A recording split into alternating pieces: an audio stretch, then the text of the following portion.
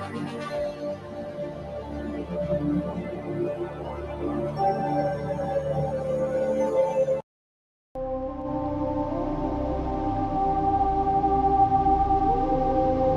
out to Flatman X from FMX Radio. Hey, Karen, being the current queen of Flat Earth, it must be hard to find Flat Earth friends. Do you know an easy way to find cool people like yourself and solid info about our stationary horizontal level plane? Why, yes, that would be the Flat Earth Sun, Moon, and Zodiac Clock app. 100,000 active users. Don't forget to fill out your profile so others can know your interests and network better with you.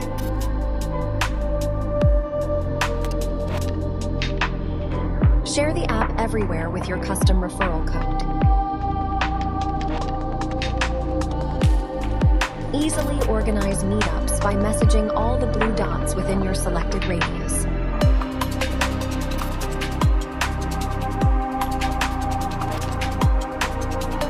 Turn on notifications so you can be alerted every time a new Flat Earther joins the app. The Flat Earth, Sun, Moon, and Zodiac Clock app, connecting people all across the planet.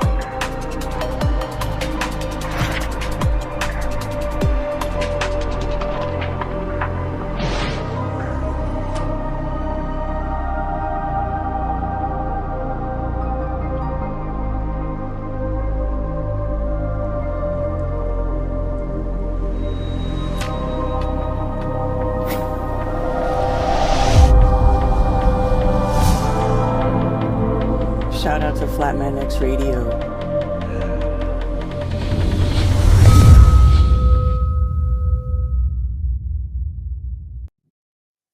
Hey guys, how you doing? We made it. The hump day is here yet again. It's a glorious day. And man, have we got a treat for you, switching up the high vibration conversations. Well, not switching it up, always high vibration conversation. But man, let me bring in my panel with you right off the bat. My special guest first, Mr. Mark Sargent, brother. How's it going? Hey, man. Thank you so much for having me.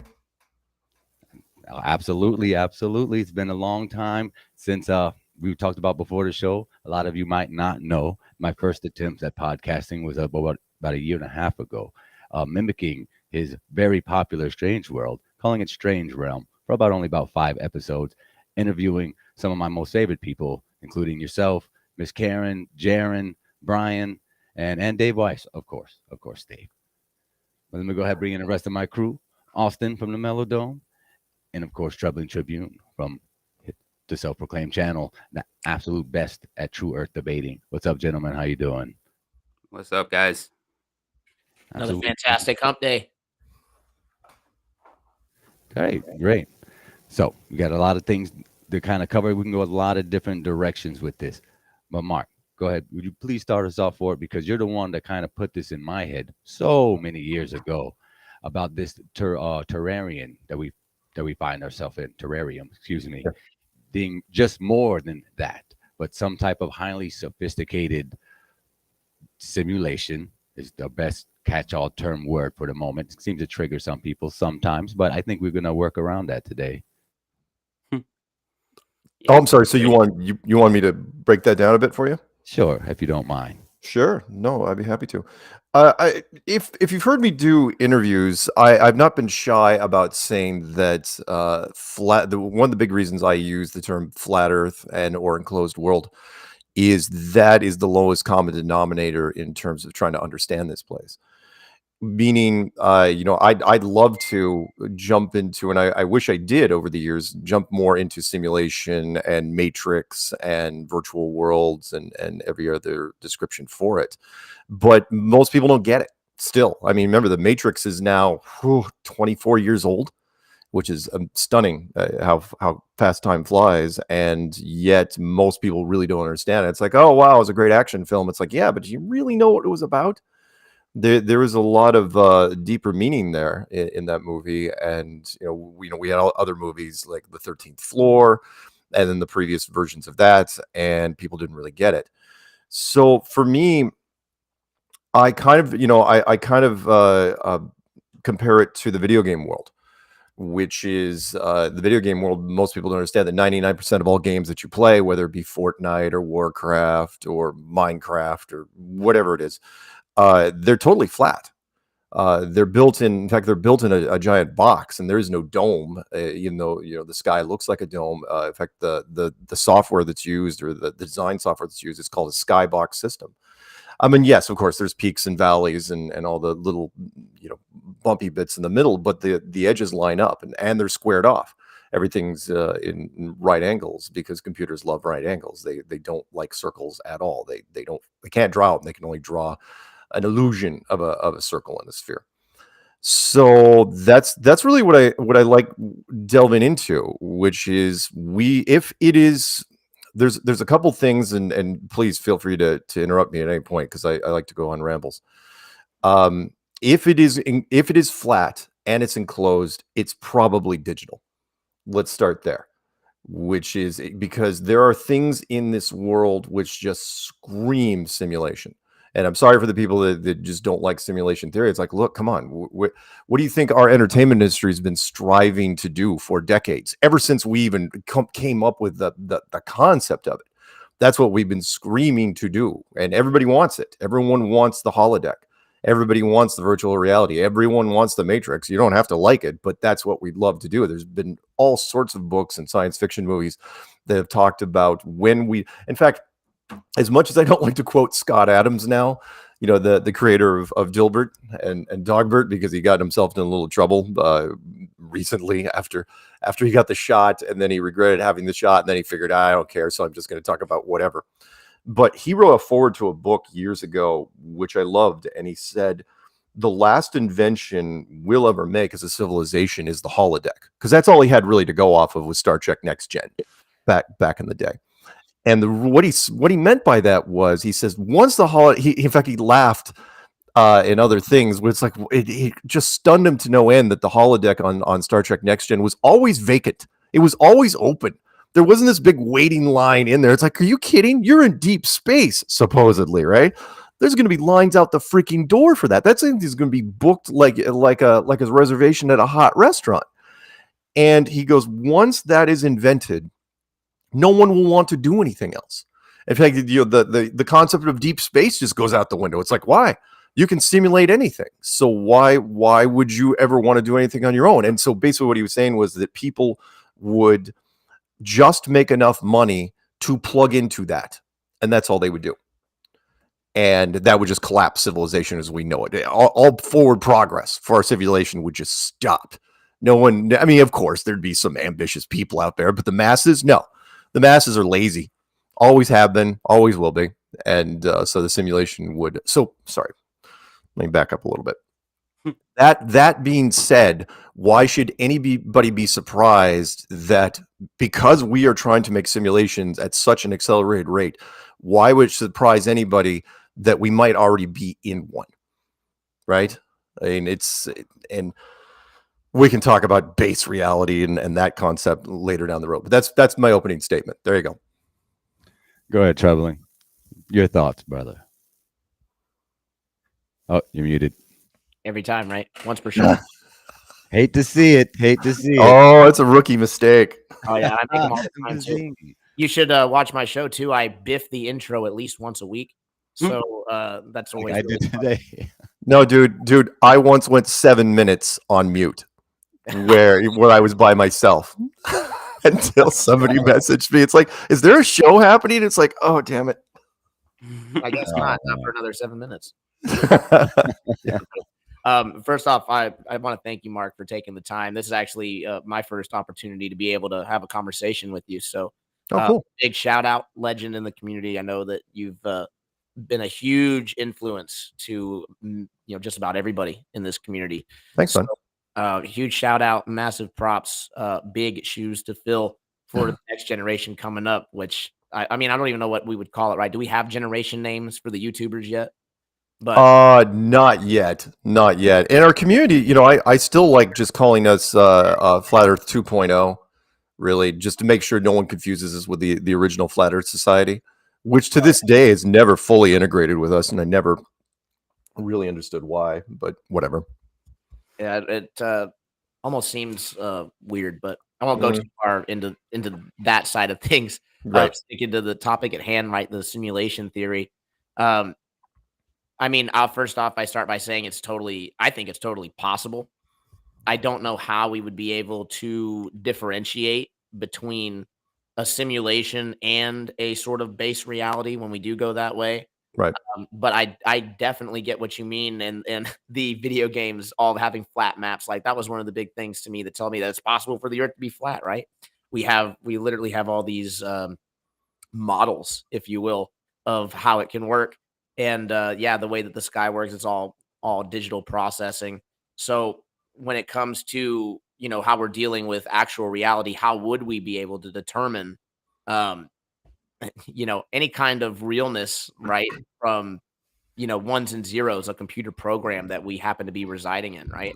Yep. If this happened like generations ago, how would we even know, right? I get the concept. The civilization, this would happen every time. Civilization creates a holodeck, whole world migrates into holodeck, and then begins a brand new society within the holodeck, and nobody knows the wiser, right? I guess that's like my biggest question and contingency is like, how would we determine the difference? Yeah. Yeah, and you know what? Let me interject one more there, in which you said how you just gave me one of the ideas, which was uh, how you could fool civilization so easily. And again, the M. Night Shyamalan movie, The Village, from 20 years ago, was such a great. And you remember, that wasn't a digital con job. That was physical, where you just take kids. You set up a community, you build basically an Amish community in the middle of a national forest, and then you can tell the kids anything you want. It's like, oh yeah, by the way, we live in the 1800s, and this is the level of technology. You make sure planes don't fly over it. You're very wealthy people.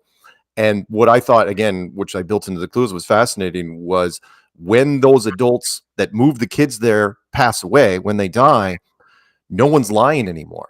The kids could pass lie detectors tests. It's like, oh yeah, we're living in our little town and it's the 1800s, and they would not know any different. And I found that fascinating. That, again, I'll end with this. The line from the Truman Show is so very, very true, which is, we believe the world that is presented to us. As long as it's done sincerely and with conviction, why would we question it? Well, you don't know any different. Speaking of, that's a great line, Mark, actually. Speaking of the Truman, I don't know if you know, recently, I've been much motivated to reinvigorate the storyline myself, doing my own production with my friend Skylar here, being my quote unquote Truman. So the idea would be, it's not to make a whole full-fledged movie, which would be awesome one day to do, but to make small increments of it, 5 to 10 minutes at a time, very TikTok consumable, to kind of replant that message, but with a little bit more of FE imagery and symbolism behind it, maybe not so subtle, but making our own spin, more of an entertainment than documentary style. Obviously, there's lots of awesome, great documentary people out there. I don't think I need to be another one, and there's so many people who do it but better than me. Matter of fact, the one you're just in, Untold Origins, I can't wait to watch that. It looks amazing. I have not seen it yet. I don't know I don't think it's even done. I don't think it's even out of editing yet, but I'm hoping for the best. He just released a really good trailer. I mean, the production value is impeccable. I'm very impressed. I can't wait to watch it. I hope I can maintain that type of quality when I release mine. Cool. Matter of fact, do you mind if I show you a quick little snippet? I made this kind of just last night. I wanted to show off kind of what we were talking about. It's a little got to do with simulation, a little bit of robot Freeman Morgan. I'm going to show you real quick. Sure. See, check it out. Take a little break, 2 minutes. Be right back.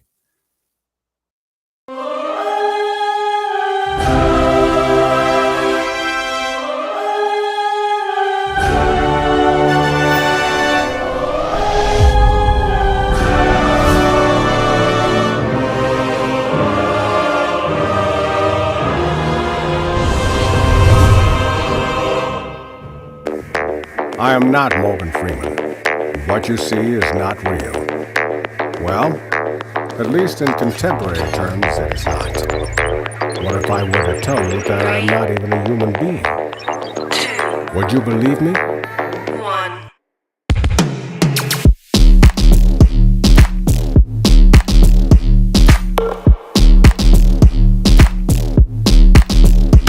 What is your perception of reality? That is 10, 9, 8, 7, 6, 5. We have to go from ready to start. 2, 1, 0. Booster ignition and liftoff of Shuttle Endeavour with NASA's final space station crew compartment that brings a bay window view to our celestial backyard.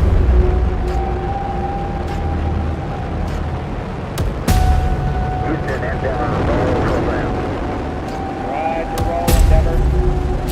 This is Mission Control Houston. Endeavour's roll maneuver is complete. Heads down position on track for its flight to the International Space Station.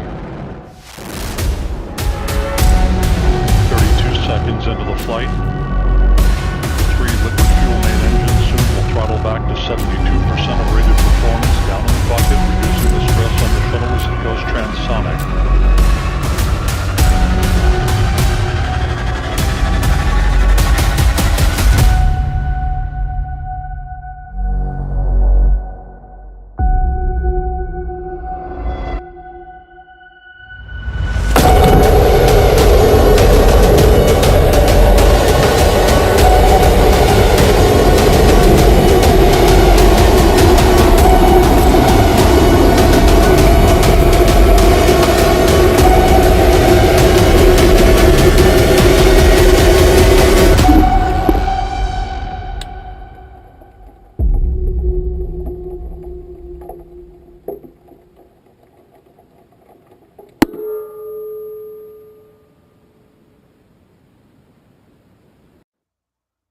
That was it. I just wanted to show off that a little bit. Cool. Hopefully to bring that type of quality, but a little bit epicness, make it a little bit more theatrical. Need to bring some entertainment to this side of the community, and that's what I want to be about. I kind of was hoping to entangle some of the maybe even simulation theory in there, make it a little bit Men in Black-y, as it were. I like it.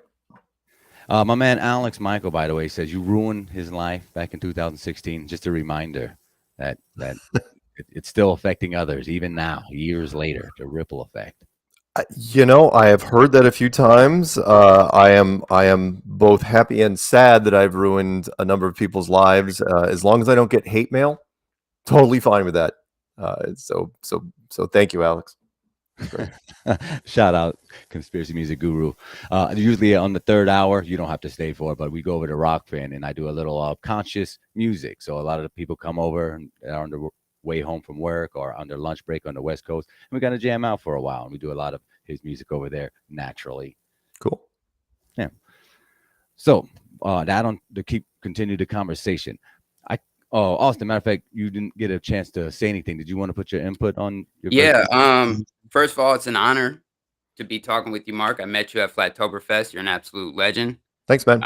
Yeah. And well, my thing is with simulation theory, when we make these video games, like you were suggesting, all these games that we make, they're fantastical places.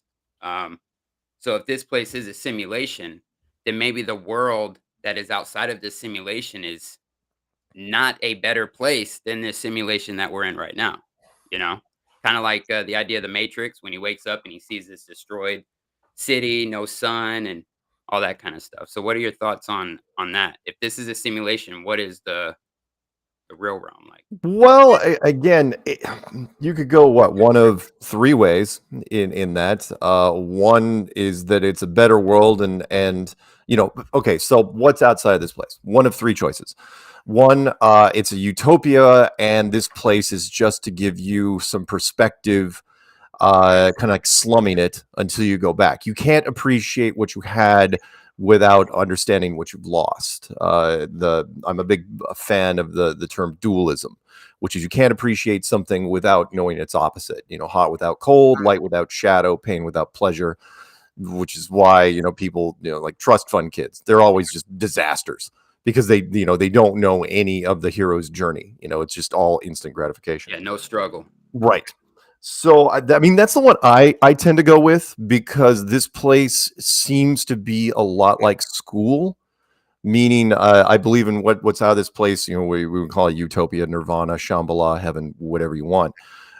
This place could be one of three things, either, a prison, but if it's a prison, it's an awfully nice prison. technically speaking, it's really beautiful and well decorated. It could be entertainment, like a giant reality show, which, I suppose it could be sort of a hybrid for other beings. But if that's the case, there's not, for the people that are down here, there's not a lot of people that are having fun all the time. Bliss is a very hot commodity that is in very limited quantities here. So I tend to see it as a school, which is kind of both. You sometimes it's fun, sometimes it's not. Most of the time, you're trying to learn something, and at the end, you got to leave. It's a limited experience. Could it be that what's outside of this world is worse, like the Matrix? Sure, I suppose. I mean, I'm not going to discount that. There was another show, British television show, I believe it was called Red Dwarf, touched on that, which I thought was fascinating, which was a great episode. And then, of course, the third would be just neutral, but I don't see that happening either. Which is, you're live in a world that's very, very similar to this. But if that's the case, then what are you doing here? If that was the case, then this should be some sort of fantasy realm where you can do a lot of things. And as far as I know, there's no superheroes. There's nobody flying around, which I always thought was interesting, by the way. A lot of things are hoaxed over the years, but no one's ever hoaxed a superhero, nor have we even heard a rumor of a superhero flying around. Vigilante. Yeah. So yeah. Anyway, short answer. I believe that what's outside of this is a utopia, and that we are here to gain perspective, and our memory of this place has been, or our memory of that utopia has been suspended very deliberately, so that we don't bail immediately. It's that there's an old saying. I know some people call it a dead metaphor. You can't have your cake and eat it too. I never liked that saying. It's basically you can't have your cake, eat it too, and still have your cake. You can't remember where you came from, live this life, appreciate it. You can't have both.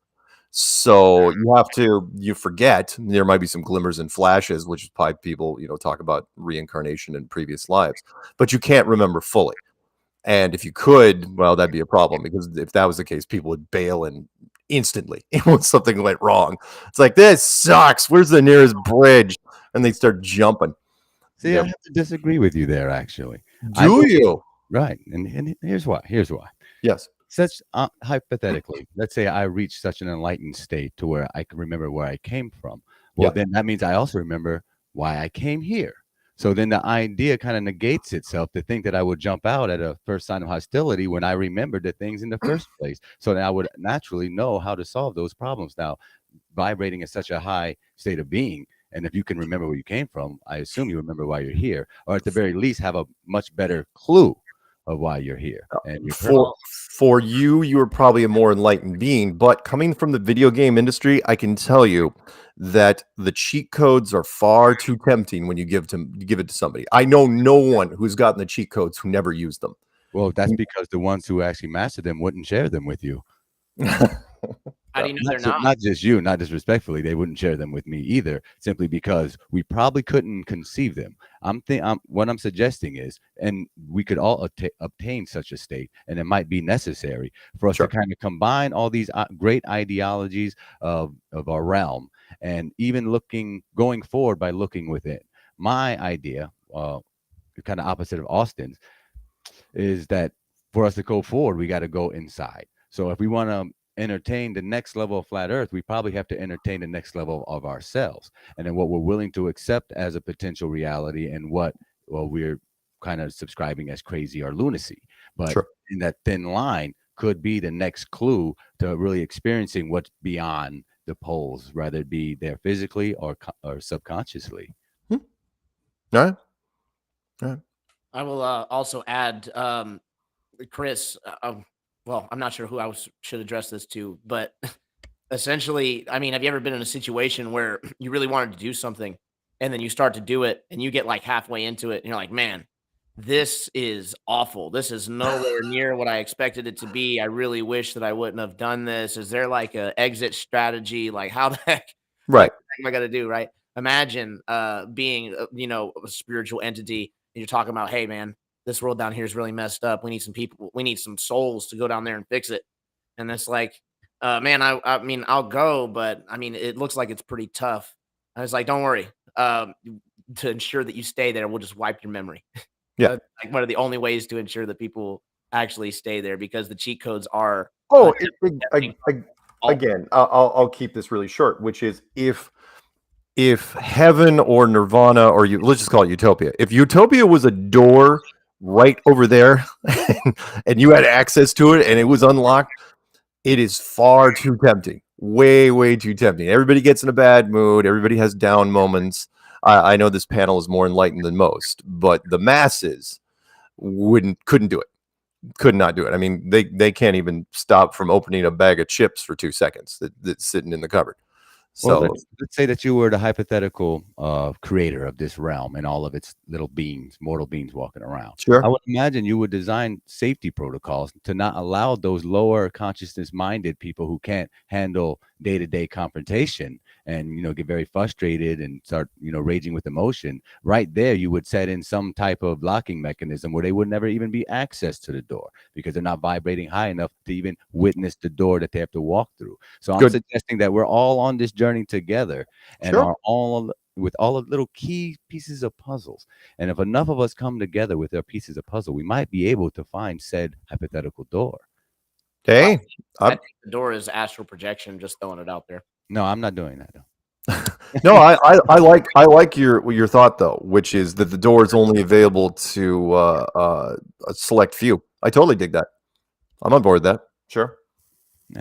Yeah, that's mostly what I've been kind of pondering in my mind. I've actually talked about it with Austin over the last year or so. As a matter of fact, since I talked with you last Oktoberfest, and we had about a 30-minute conversation or so about this exact thing. And I was like, we're going to talk about this online one day. And here we go. Manifestation. In this fractalized environment that I really believe that this is a infinite fractal universe. So therefore, everything is possible here.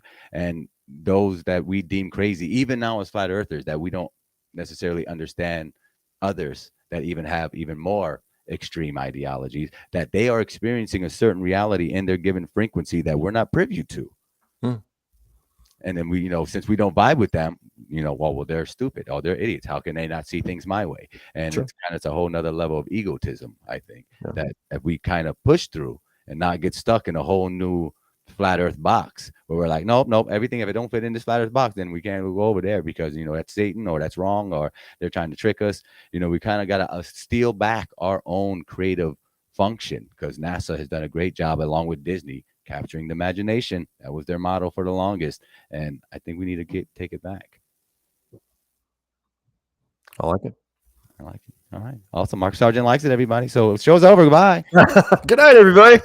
Great show. I thought it was going to be longer. Yeah.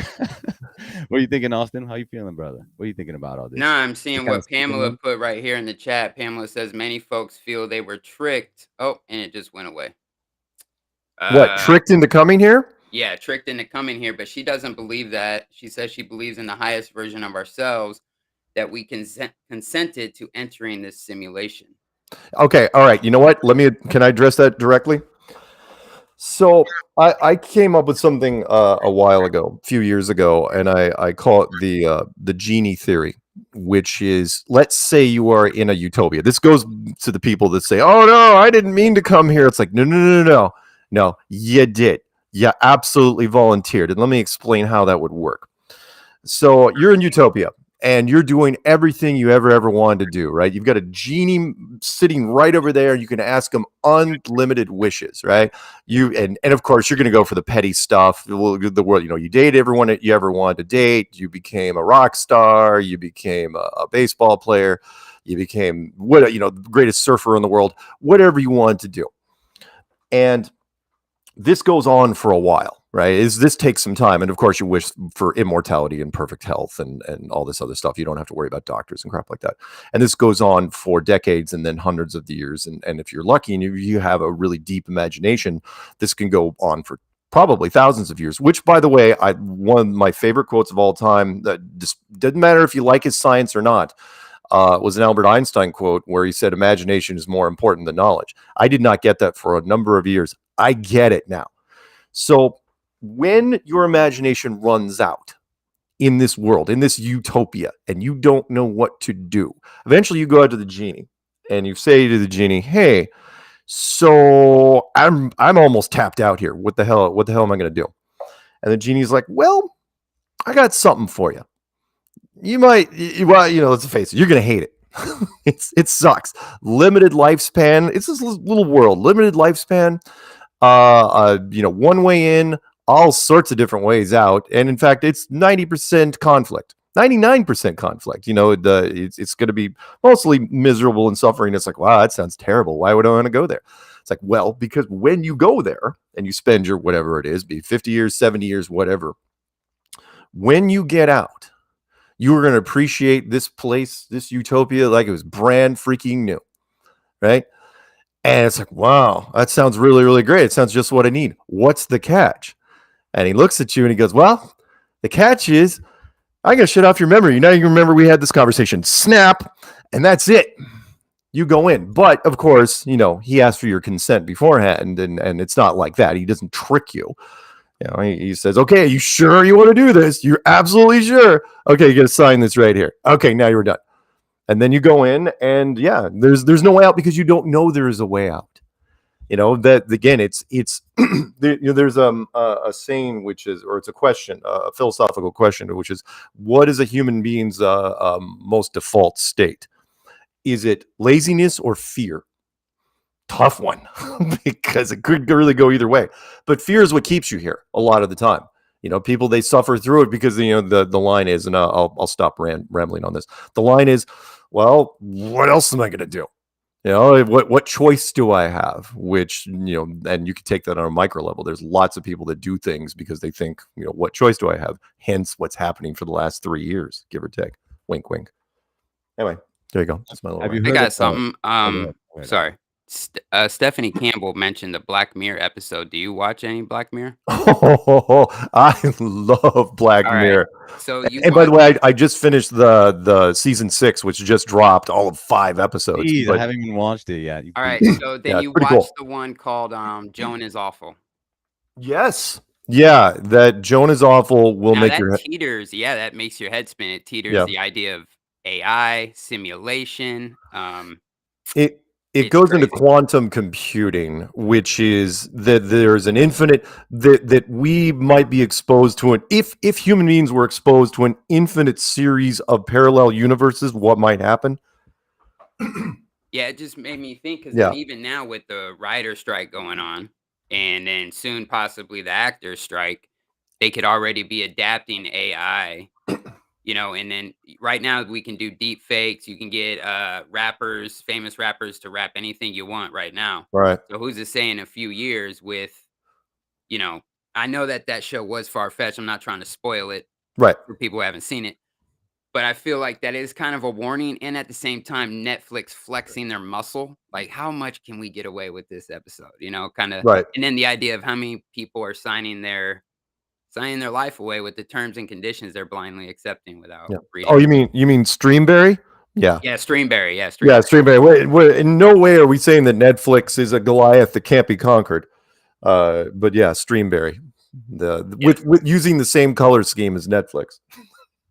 Yeah, it was clever. Yeah, I'm gonna have to go watch this.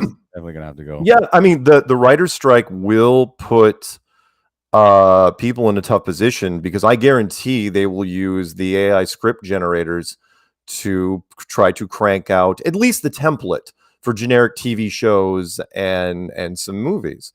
And all they need is a passing grade. It doesn't have to be Oscar worthy. If it gets if AI can generate a screenplay that can generate even a 50 to 60% Rotten Tomatoes score, sorry, writers, that strike's gonna not go well for you. As far as deep faking the actors, that's tricky. I've seen a lot of deep fakes over the last 5 years, and I've seen the evolution of it. You can do some things. I mean, you can do obviously Indiana Jones, the latest one, which I have not seen. But the fact that you can do a young Indy, you can do stunt work and some action sequences. But the intimate scenes, the love scenes and the face-to-face stuff, that's still tricky. Still, we haven't gotten quite there yet. Yeah, they couldn't work out the makeout scenes yet. No. Even though there's deep fake porn, which I don't encourage anyone to look at ever, it exists. That of course that was one of the first industries it jumps into, and kind of spooky. And one more thing, you can also AI the voice again. When I don't like using the term AI, but it's the only thing where people kind of gravitate towards, which is it's software has just gotten better over the years. So like for voice, for example, if you have a dry delivery, someone had sent me something where Emma Watson, the girl from Harry Potter, they had her reading like the first chapter of Mein Kampf, right? And because she's British, her delivery is so dry, it sounded pretty much spot on. Because she doesn't have a lot of high and low inflections, and her cadence doesn't really, it's very, very British. But if you have someone, so you can have for like audiobooks. I remember Karen I were talking about the audiobooks that's going to change really, really quickly, where you're going to pay for you have the option of having just about anyone read you an audiobook. And the actors aren't going to make any extra money because they already signed those rights away. So, like to your thing, Morgan Freeman, I'll have him read me Lord of the Rings. That's going to happen really, really quickly. And it'll be good enough that people will do it. So audiobooks, yeah, that'll probably be the first thing that you'll start seeing articles on. I'll probably be one of those people to use AI to the advantage. Actually, I'm kind of excited about it. I know there's a lot of, scary, spooky, could be, would have stuff going on, but I already kind of use a lot of it now. I've been playing with Chat GPT for weeks. It's been helping me learn how to make scripts. It's been teaching me how to do Yeah, and by the way, thank you for not jumping in and saying that AI. So glad that never resonated. Is the self-aware Skynet that's going to wipe out all of humanity? No, that's not what AI is. AI is really a compilation. What's happened is we now have so much content in all media forms online, in the clouds. So much content that someone just figured out pretty quickly. It's like, oh, hey, we should start writing compiling software to just start grabbing bits and pieces and then using all the essay and grammar and spelling things and just start putting things together, just grabbing stuff off the shelf and making new recipes. And oh yeah, they're mostly going to be fairly bland, but the template you don't have to worry about templates anymore. We'll do the templates for you. They're already there. We'll create them. So it's like, for screenwriters and book writers and speech writers and essays. And if I was a teacher, I don't care if it's high school all the way up, maybe past your master's, I would never assign an essay again, ever. What's the point? Kids will absolutely figure this out. Unless you know all your kids individually, the quality of their work. If they're just faces in the crowd, I even heard a story that there's a grading AI version that will grade papers. So you can see the problem there, right? Kids will be turning in AI papers, and then the teacher will be grading it using AI grading software. It's like, is anyone actually doing anything? So yeah, the idiocracy factor, where people are going to be dumbed down. Yeah, not because the knowledge isn't in front of them. It's just they're not going to read it. They're just going to hit a few buttons. So, to your point, because many people tell me that the whole lazy factor, and you're correct. It's not going to go anywhere. But I'm still excited for that, for the other side of that coin, that gives us the ability to, or gives us more time to think of more projects. The less that we have to do the manual labor work. If we got all these bots at McDonald's, good. I don't really care if a human's making my damn burger or not. Right. Usually bots make it better anyway. So for the individual, the people that don't have the money or the time, the very creative people, who's going to help? The very creative people on a limited budget, because now that will be the heavy lifting will be done for them. For those people, I envy them. That's great, because you'll be able to run with it and do things you probably couldn't do beforehand. Just because you did not physically have the time. Left and right, man. I'm learning about it right now. I'm subscribed to some things. Give me some time. Right on. Good for you. It's awesome. Got a whole bunch of AI is going to help us figure out some more FE knowledge through AI. Watch there you go. It's going to be something in there. Expectations are high. Hey, Mark, have you ever heard of the cosmic egg story? It's kind of old. You're like the fourth person to bring that up to me in the last month. Oh, really? Yeah. In fact, I imagine you were going to follow it up with Mark Kenny.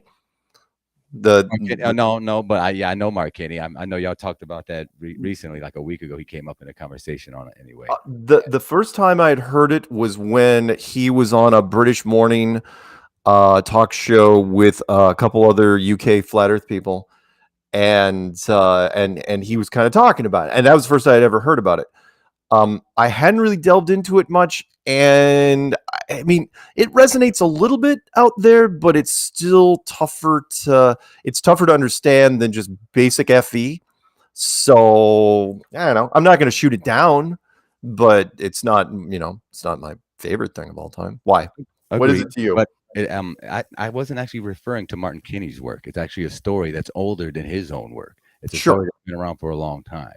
And it's the idea that we share this realm with a single consciousness, that all there is basically, that the story doesn't state this, but it's basically, this is all God experiencing God subjectively through all these little inanimate and physical and conscious concepts or people or structures. So basically, this person dies in a car accident.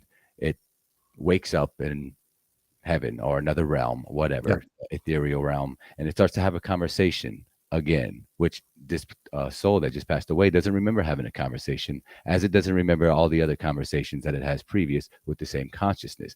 But that consciousness is itself reminding itself that you're in eternity. And every time you go back out, you can hit the shuffle button and kind of go anywhere. A 16th century Chinese lady, a 7th century traveler, pioneer, so forth and so forth and so forth. So the Cosmic Egg story outside of Martin Kinney would be the idea that we're all one. That's having this dream of this separation, this illusion. And within this, that the ether itself, that's why we all share the same thoughts. Nobody really has an original idea. All ideas have always been here. Yeah, I dig it. We're all pieces of the whole. It's a concept which has been out there for a while. I like it. I do. Again, is it my favorite? Yeah. No. I mean, I like, I kind of like the bigger concept of that we are all just learning fragments of God, which I know it's very similar to that in some ways. And again, not my idea. And that when we learn, we go back to the whole and help nourish God or give God something that he didn't have before, or maybe he deliberately forgot.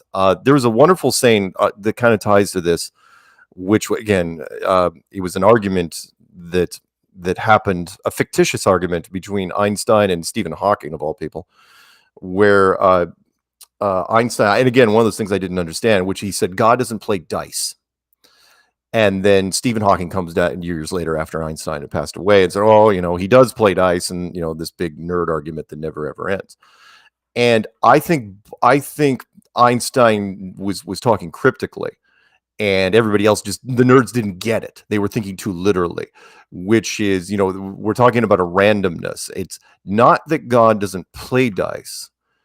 God wrote dice, so he can't play it, because what's the point? He knows every quantum mechanic that has to do with dice. So throwing the dice for him is meaningless, absolutely freaking meaningless. The only way he can enjoy dice is if he forgets temporarily that he wrote it. Then there's random. It's like, holy smokes, I didn't see that coming. Right? If you do that, you can, because if you make dice for the beings that you've created, and you see the enjoyment they're getting out of dice. I'm throwing dice just as an example. It could be anything. Agreed. Then those beings, it's like, at some point, it's like, I'm sure God would be like, yeah, you know what? It's been a while. I think I'd like to kind of get in on that. And I know there was a movie that kind of touched on this vaguely. It was a silly movie. What was it? Jay and Silent Bob Strike Back, I believe, where God was playing, like a boardwalk hockey game. He'd go down to Earth every once in a while and play this game, but I don't think his memory was screwed up, but he was vulnerable. He was mortal when he played it. And that way, she was played by a woman. Oh yeah, Alanis Morissette. Yeah, thank you. That killed me. Yeah, it was a great one. It was a great one. Yeah. Dogma, wasn't it? Dogma. There you go. Yeah. Was it? Oh, that was Dogma, wasn't it? Right. They were in it too. Jay and Silent Bob were in it too. Though. Yeah, they were in it. Yeah, you're absolutely right. You got me on that one. Anyway, I always liked that concept because I could, not to that I want to put myself in God's shoes, but I understand the concept, which is I think that's what Einstein was going for, which was again, God doesn't play dice because God can't play random. He can't do random. He can't enjoy random things because random is meaningless to whoever creates this place.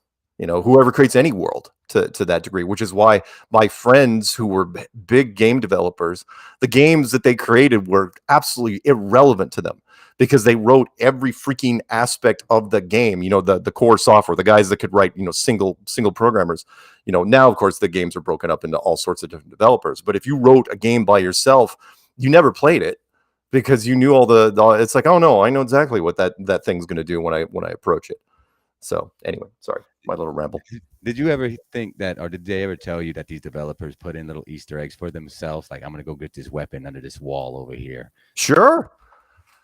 And the developers back in the day when I was doing it back in the 90s, up until the late 90s, they had their own special cheat codes. They didn't have, there were cheat codes they give to the public because they'd call. By the way, when I did tech support for this game company, that was the second most popular call ever, which was, are you going to release the codes? Are the codes coming out? Where can I get the codes? It's like, really? Because the game's only been out like 3 weeks. It's like, how are you possibly that you were giving out the Konami codes? The what? The Konami codes? Yeah, something like that. Where you access, the command prompt and you type in some sort of word, some nonsensical word, and something would happen. God mode or extra lives or whatever it was. But it was amazing how quickly people wanted that. It just drove me insane. It's like the game just came out. Have you no patience? Have you no constitution whatsoever to actually go the hero's journey? Spent months and months building this thing, and you want to max it out in a week. It's like, whatever. Yeah. Like you said, that's why the great creator of this giant game of life had to put those Akashic record doorways, only for the select few, the ones that really want to know, that don't mind putting in the work, really digging in deep and pulling out the old rusty cobweb books, going to the different meetups and bunkers and hidden libraries, I assume. Yeah. And again, tempt the some of the people with the occult, the deep occult, basically telling, which really essentially is a modern day cheat code, which is, if you draw this pentagram with this circle, you sacrifice this sort of thing, you could get this. It's like, well, if it works, but it never does, as far as I know. No one's all of a sudden turned into a super demon and started flying around burning down cities. So you never played with a Ouija board or anything? It's funny you'd mention that. I actually owned a Ouija board at one point, but I think the first time I used it, like 3 people died, and then I just didn't have the stomach for it anymore. So I figured. Yeah. No, I did own one, and I didn't really do anything with it because I didn't. I mean, how do you invite people over for a Ouija board thing? Right, you've got to have a certain type of friend, or friends, and it's like, hey, can you bring your red candles? I've got the cloaks. Let's get naked and put salt in a circle or whatever they do. By the way, thank you, for mentioning that, because during this whole pandemic thing, I've run out of things to watch on Netflix, and I actually started watching a show that it ran for 15 freaking seasons called Supernatural. And they're always trapping demons in a circle of freaking salt, always, or blocking them or whatever. It's like, really, they can't go past the salt. I was actually always wanting somebody to tell me the science or magic science behind it all, but why salt, like the all to demons. Like, God damn it, stuck here. Yeah. These guys always had bags of salt in their trunk, and it drove me insane. I'm still only on like season 12. I've got to finish this thing just to see how it ends. But it is a good show, man. That's why I missed it. I had no idea. It's like, really, this show started in 2005 and ran for all this time, and I think it was the network that was on. I never watched that network, so anyway. Yeah, some get by you. I didn't watch the Vikings show. Did you ever watch the Vikings? I did catch the Viking show. I was Yes. late to that because it ran at the same time of Game of Thrones, and I'm a loyalist. I'm like, nope, I'm a Game of Thrones guy, so I'm watching Vikings. It looks lame, and it's on a lame channel, History Channel. And then I watched it like the other year. I'm like, wow, this is awesome. Well, it seems like when the networks got out there were some networks that just got lucky. The right cooks in the kitchen, the right screenplay, the right actors. You know how it goes, right? You got to have the perfect balance of stuff. And every once in a while, a network would luck out, and they'd have one big hit. I mean, come on, look at AMC and The Walking Dead. Man, they maxed that thing to death. No play on words there. They did though. They just absolutely. They absolutely tapped that thing out. I mean, how many seasons is that thing? But it drove me nuts, and I don't want to digress. But the reason why I couldn't follow the series, because every time I was watching it, I was getting a headache. It's like, what is wrong with this show? Why is it bugging me so much? And it's because the writers started out for years in soap operas. That's why. Because I was wondering, it's like, it's a zombie apocalypse. I don't care who's sleeping with who. Right? I don't care who betrayed who. It's like, I thought you loved me. It's like, it's a zombie apocalypse. Every day is a blessing, right? You get up, you try to survive the zombies. I don't care who's sleeping with who. Why would you? It's like you need food, water, guns. That's all you should care about. But that's not the hook, right? If you want the spouse sitting on the couch with you, you gotta hit them with that angle. And I've run into too many women. It's like, I'm so angry at Evan. He shouldn't have been with Christine. It's like, really? You could die. Can't be happy with just shooting things with arrows in the head. Really? Whatever. Simple things in life, man. It's the simple things. It's the little things. Just the little things. All right, let me use the bathroom real quick. We'll play this little quick YouTube safe commercial. Another Dave Weiss special. He's just all over. Okay. I'll go to the chat room. I'm FlatEarthDave.com, and you're listening to Flatman X Radio. Imagine if somebody took the whole Earth and cut out a small circle.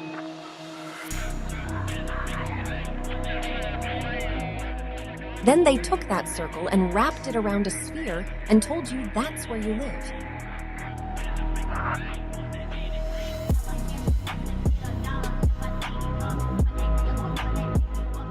Now imagine that our world is a much larger, expansive plain with many world ponds, and they did the same thing with a small section of one pond. They cut it out and wrapped it around the sphere and said, "This is where you live. This is all there is, and you're not allowed to explore some." It's time to break the matrix of the globe Earth mind prison. They are hiding your true potential. They are hiding everything.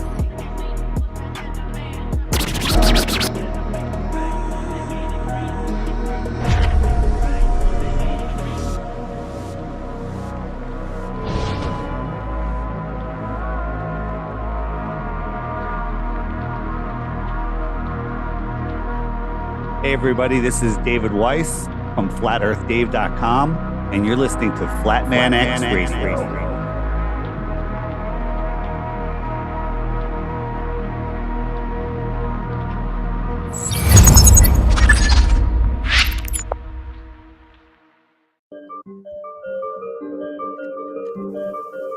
And we're back. FMX Radio, hanging out with my man Mark Sargent, talking about simulation theories and the different possibilities and all the different intricate possible details. But where are we? How do we get here? We don't know. That's why we're asking Mark Sargent, the man with the plan himself, Mr. Popular. What's going on, brother? Hey, man.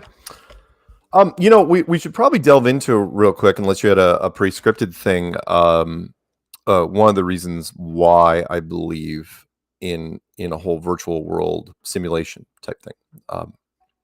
It's not just because that's what we want to do. That's what we're rushing to. And by the way, I don't believe, like any other civilization, I don't believe we're going to be allowed to reach that, because if we actually achieved a virtual reality, once that happens, this reality becomes more or less meaningless, right? because again, people would just play, the Scott Adams thing. People would just jack in. So I don't think whoever created this world would allow that. I think that's beyond the rules. However, there are two things, real important things that people should look at when it comes to virtual reality and why I think we're in it. One is you can reference the movie The 13th Floor from I think it's 98 or 1999, which was supposed to run parallel to The Matrix, but they were very, very different movies. The 13th Floor was based on an earlier German movie, which 1970s bold movie by the Germans. It's like trying to do a virtual reality movie in 1975 in Germany. It's like, what were you thinking? And it was based off of a 1960s book called Simulacron 3. It's in the name, Simulacron Simulation. Yeah. And what they were basically saying is that be aware that when you figure out how to create a simulation, you might want to look for those things in your world, right? And that was a book that we wrote in the 60s, a sci-fi book. I think it was an American author. It could have been British though. So what I'm getting at is when we started creating our own games, again, I don't care if it's Minecraft or GTA or Warcraft or whatever it is, we maximize, we do things very, very efficiently. And so when you're in it, there's something, when you're walking around, it's called flashlight graphics, meaning we only render what you're looking at, because why would we render anything else? That's dumb, right? And if there's something where a place where your character is not going to go, if there's a mountain off the distance and the game is never going to let you go there, is there another side of the mountain? No, not at all. And we'll do an old school reference to that. It would be the old Hollywood movies, like or parodies of it, like Blazing Saddles, where when you build an old Western town in the movies, you only do the storefronts, unless you're going to go into the store, and then you can build out the store. But most of them are just fronts. They're just walls that you can't see behind because the show's never going to take you behind it. It's like, okay, what's the point? The point is then in the game world, we're doing this. And then, but we didn't start doing this till the late 1990s, early 2000s. But then all of a sudden we started referencing something that was in physics a long time ago. And then it was refined over the years, called the double slit experiment. And I know some people don't like double slit. I was going to bring that up. I'm glad you did. Yeah, but I'll give people the short version, which is the double slit experiment. And sometimes people call it particle versus wave. They call it the dead cat versus, Schrodinger's cat. Is the cat alive? Is it dead? Quantum stuff. But really what it is they noticed that when they were shooting particles at a target, that when they weren't paying attention to it, when they weren't looking, it's kind of like the old joke when, like your friend's making a face behind your back and then you spin around, he looks normal. Right. And you turn around, he's like going, every kid's done this, right? Well, when you're shooting particles at a target and you're not looking at the target, it's not a particle anymore. And we know this because when it hit the target, it acted like a wave, right? It acted like it wasn't a particle at all. It was acting like a big glob, of not refined particle. And then it's like you turn around, you're watching it. It's like, okay, I'm going to watch this time. Then it looks like a particle. Turn away, it does something completely different. It's like, okay, we're going to put cameras on it. Same thing. The observer changes what the reality is. And again, that made no sense to us, but since it was absolutely repeatable, science just grabbed it. It's like, well, it's a double slit experiment. It's like, yeah, but you can't even tell us why it happens. It's like, doesn't matter. It's repeatable. It's science. It's like, yeah, but why don't you just use the word magic? Because that's what we're talking about here. Correct. But once we got into advanced computers, then we kind of understood it, which was, remember what I said, like if you're in a game, what you're looking at in front of you is being rendered exactly, very, very detailed. That's what's happening here in this world. If you're in whatever's behind you right now, what you can't see, if there's nobody else in the room, it's not being rendered completely, which should freak you out a little bit. And what I'm getting is, again, simulation. If that's what we're doing in the game world, and that's what's happening in our world, okay, then what's the difference? What's the difference between that simulation which we're creating and this one? And then you think that's enough, right? Then I'll take it one step further. This is where it gets really weird. There is something out there in Wikipedia. You can look it up. But there's some wonderful science channels on it called Neuroscience and Free Will. You ever heard of this? You might have mentioned it before, but please. I might have mentioned it, well, it bears repeating. So scientists, as you know, they do dumb stuff like anybody else. You know, rednecks, they'll say, hold my beer, hang on, I'm going to take this lawn tractor, I'm going to go through this wall of fire. Scientists, they'll be like, hey, you know what? Let's just start making up crap. Let's just start doing experiments that make no sense. So they hooked up electrodes to people's heads, you know, not inside, you know, just tape them onto their heads because that's what scientists do, the cliche thing. And then they have them sit in front of a computer. And they have a little timer running in seconds and tenths of seconds. It's like, okay, what you're going to do is you're going to choose a number between 1 and 9, and you're going to hit it, right? But also we want you to note the decision, you know, the time it took you. So if you like said, okay, I'm going to choose the number 4, right? Figure out how long it took you between the time you made the decision to hit the number 4 and hit the number 4 on your keypad, right? And this is where it gets weird. The computer, you know, even though the computer wasn't refined, I still don't think it's refined enough to tell you what number you chose, but it can tell you the decision that you made to take your finger and hit the key 8 seconds before you made the decision.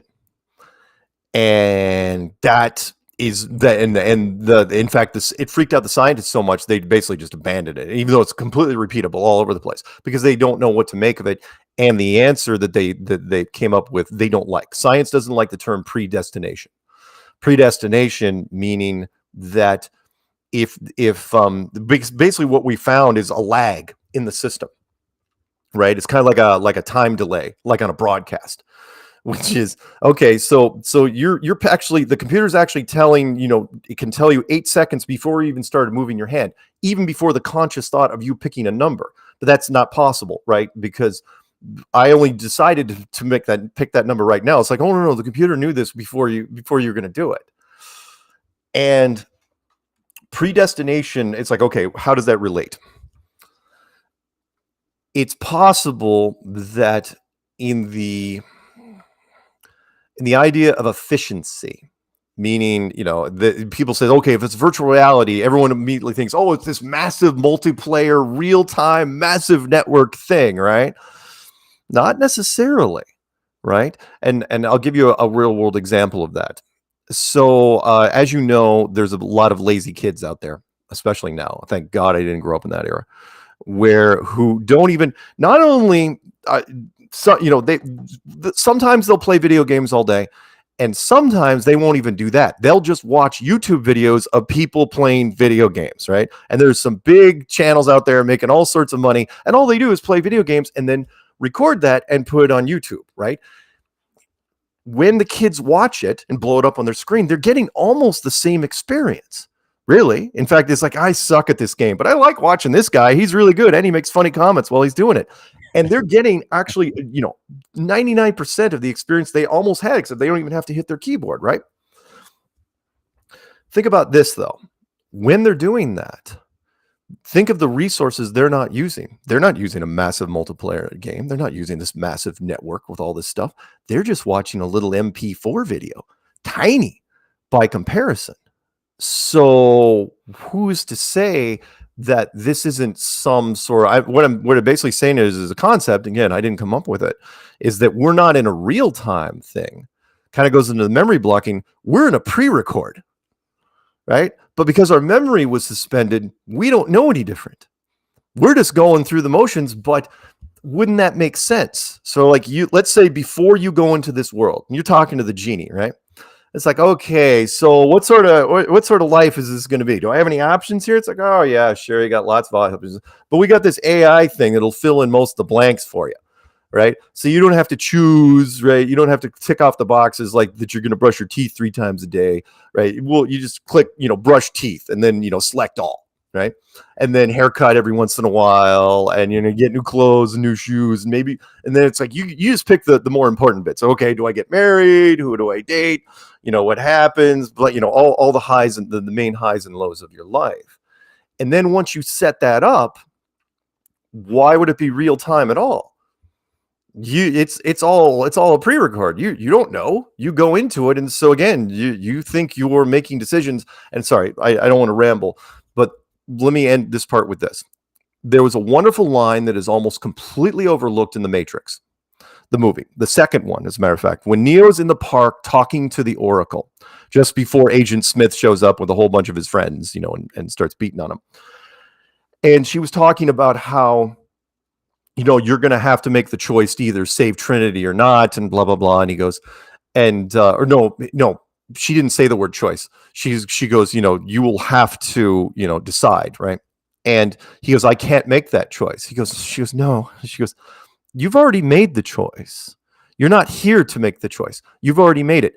You're just here to understand it, which means, again, he's living the secret thing behind the Matrix was it was all a pre-record, which is why, when he got to the end, when he was talking to the architect, it's like, oh yeah, I've met your 6 previous versions. You might as well say his 6 previous lives, right? On the screen, this is the 6th time you've run through this, this thing. But there were small, intricate details, just for the people in the comment section that were taking what you're saying as verbatim. It's not just a one-directional loop. This loop is intricate. You get to decide all the pre-recorded storylines that's been set for you, right? Sure. Would you agree with that? That and this I would. Loop is a hyperloop. It's such a highly sophisticated simulation game that we can't create this yet. We can do these small little open world MMOs, sure, but I mean, we're talking about something we can't do. We probably won't be able to do in our lifetime. So on this scale, I mean, this is an amazing realm existence, fractal reality we live in, and we're just trying to use words and terminologies like Mark to kind of better correspond what's going on, to make it a little bit more relatable. But this is the best that we can do. What we're entertaining is the idea of this being such an energetic and open wide super AI system that all these storylines you still get to pick. You're still in control of the video game. You're the main character. But all the people you meet were predestined. Now, if you decided to go with them, that was on you. You could have left them alone. You still have a certain degree of free will here. Or what's the point of being here? You're not going to learn anything. Yeah. And to that point, the movies, even though I'm a huge fan of time travel movies, anything that's tied to it, I love all of them. There's a little theme that the writers kind of paint themselves into a corner. But the best term I ever heard was, as far as you don't show people the future, because once you see it, you're going to change it. I know there's some people, it's like, oh, time is like a river and you can't change it. And I've seen all the, Final Destination, that series. But it's true. You don't show people the future because exactly right. If they, if you see it, or one real quick thing is that if you had a everything was predetermined, right? Once you're in it, you're going to change your mind. It's like, oh yeah, by the way, to get to this point, right, from A to B, to get to this point, you're going to have to break your arm once. You're going to lose a family member, and there's going to be these downsides. And once you're in, it's like, nah, I really, really don't want to do that, right? It's like, it's tough. That's how it goes. So beforehand, it's like, oh no, this is the hero's journey. You're going to do this. You're going to have your highs and lows, but you're going to get there. But once and you make those decisions ahead of time, not in real time, and you're never shown what's going to happen, if possible, because again, you would probably make changes to it. So anyway, agreed. I would, if somebody gave me. Oh yes. and I'm sorry, one more thing, which is, I never got married or had kids, so I've had a lot of time to reflect over the decades. And when I looked back at my early life, everyone does this. It's like, wow, if I had known then what I know now, and if I could make changes. But think about that real hard, because every time I did, I realized the chain link of my life, leading up to this point. I realized, man, it's either all or nothing. I can't change one little thing and still end up where I am now. It's all interconnected that much. I mean, going all the way back to kindergarten for me, there's so little I could change. I mean, aside from, what you had for dinner, you really can't. I would not mess with it. So if you guys get a time travel machine, don't screw around. No, eat the You don't same like dinner too. Just eat the same dinner just to be safe. Yeah. Mess around. Oh, have hell, I a mean, long night. just to be safe. But hey, you know what? Anyone has any doubts? Look up the movie. And I'm not an Ashton Kutcher fan, but the butterfly effect. Watch the director's cut of that. It's very, very different from the original, and the ending is very, very different. Way darker. Ain't that the darker one? We don't. Yeah, it's the darker one. Well, I'll give a spoiler. He doesn't make it in the director's cut. He dies and he wills himself to do it. It's like, nope. You know what? The best option here is if I was never born, which again completely contradicts It's a Wonderful Life from a long time ago.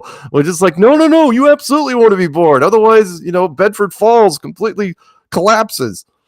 But whatever. Yep. That's why I believe that there's definitely steadfast protocols in place, not unlike the story, my favorite one that you've told in your own variation of the Tower of Babel. And the very first simulated humans that are here that were very, I guess, aware of their surroundings and the fact that they were encapsulated and they wanted out. And they didn't like the fact that they were being ignored. And a lot of people feel like that today, that we're being ignored. Yeah. I hope that long time from now, when we're not here anymore, I get to watch that. I get to watch the film on that, where the Tower of Babel, not only were they completely aware, but they were unified on top of it. It was a unified, it was almost a utopia on the ground, really. A group of human beings that were completely soul-minded. It's like, oh yeah, I know exactly what's happening here. Yeah, we're going for the top, guys. We're gonna see if we can make it. Can you imagine again, God looking down, going, crap. This is not working out really well at all. So his right hand people. It's like, I told you, pretty sure, make it taller, make the fence taller. yeah, pretty sure they're gonna make it. It's like, okay, languages, let's do it. Let's scatter, get that tower out of here. Yeah, it was a very short-lived civilization, but I'm sure it was spectacular. I ain't gonna lie, I want to make that movie so bad. Tower of Babel. Yeah, like I know, right? Nobody's done it yet. They keep making Noah's Ark because that's the greatest story ever. And Moses, they do Noah's Ark and Moses are the two. Yep, Noah's Ark and ones. They're great stories, but come on, hell, I know.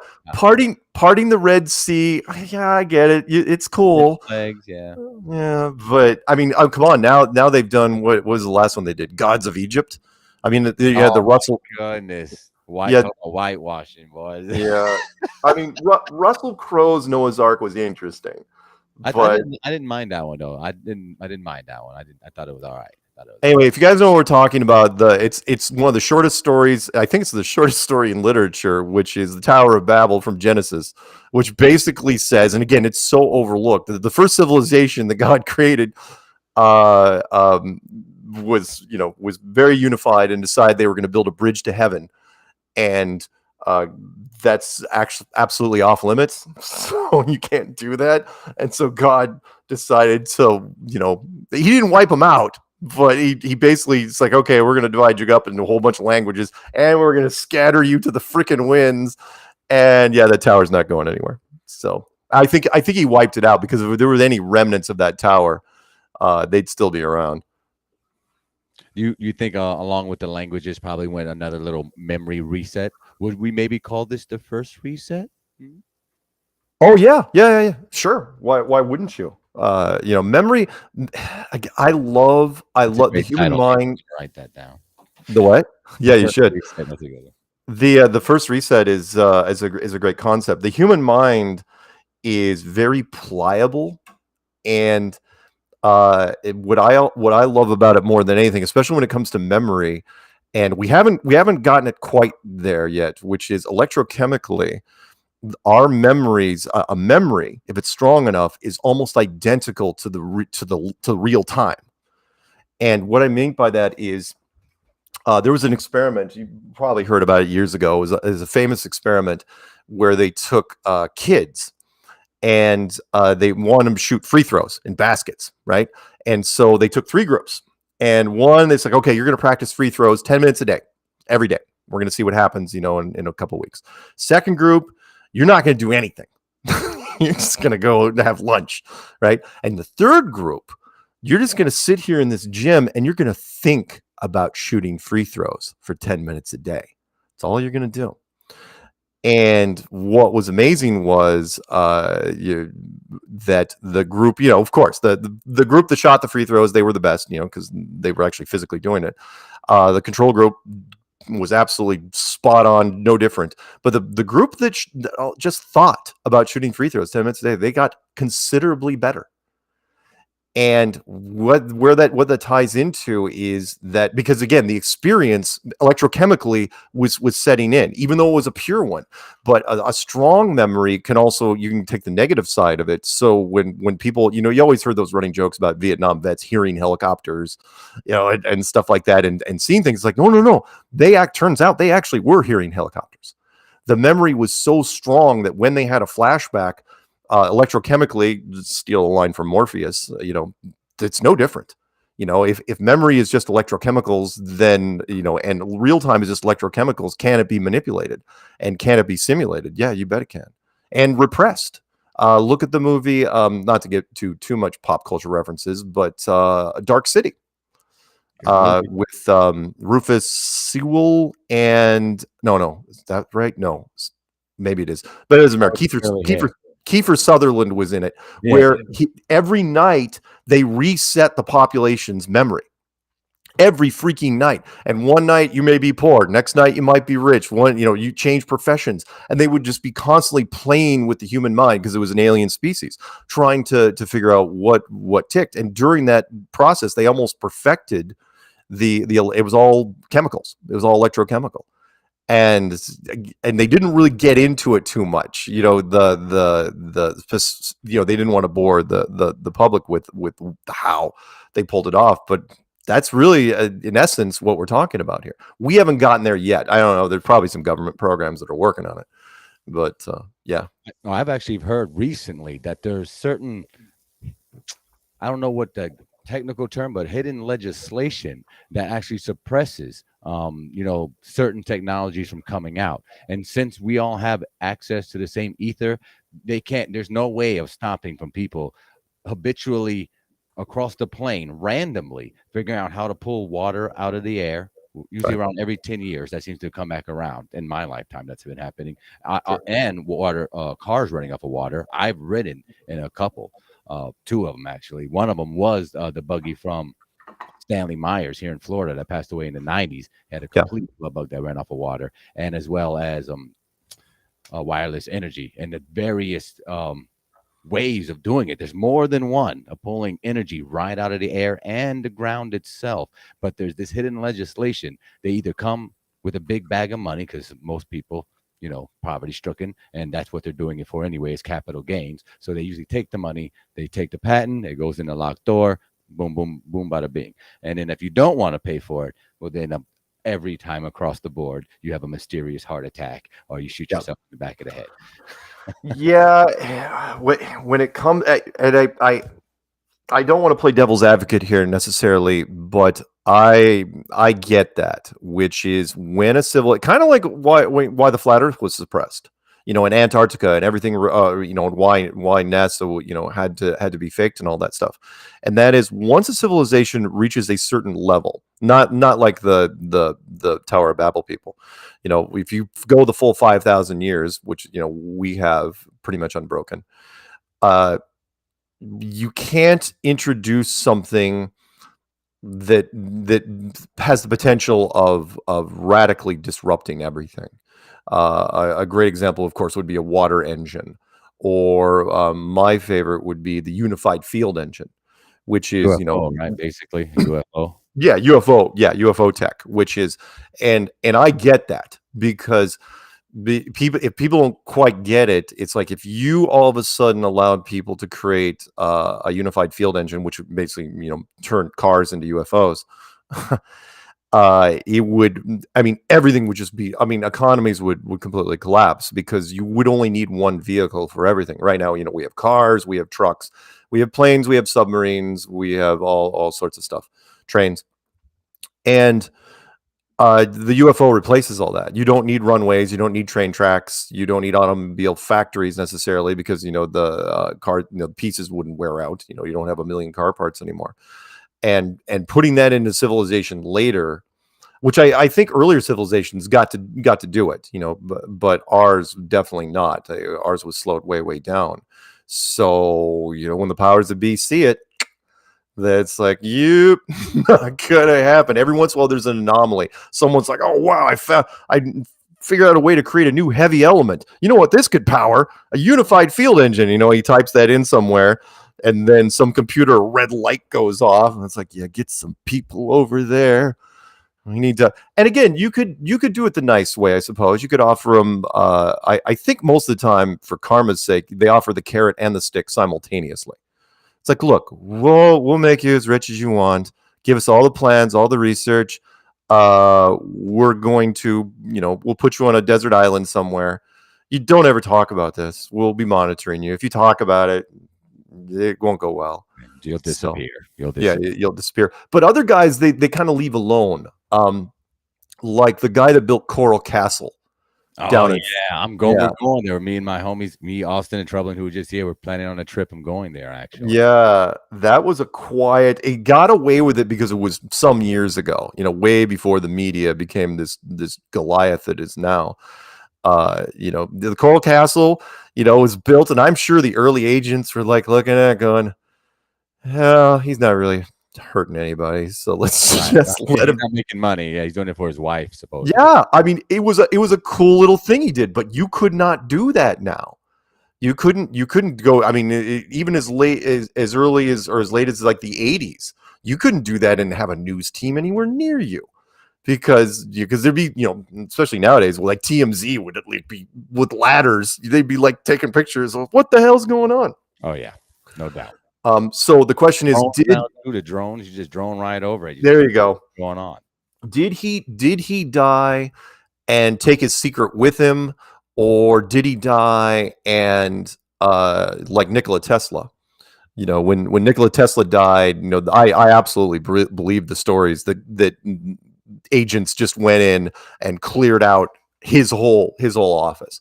But I believe he was something. I believe Nick. You want to know the only guy if I ever had to accuse somebody of getting some of the cheat codes, it would have been Tesla. Because the stuff he was messing around with was way out of bounds. I mean, like an earthquake machine that was the size of a pack of cigarettes. It wasn't a pack of cigarettes.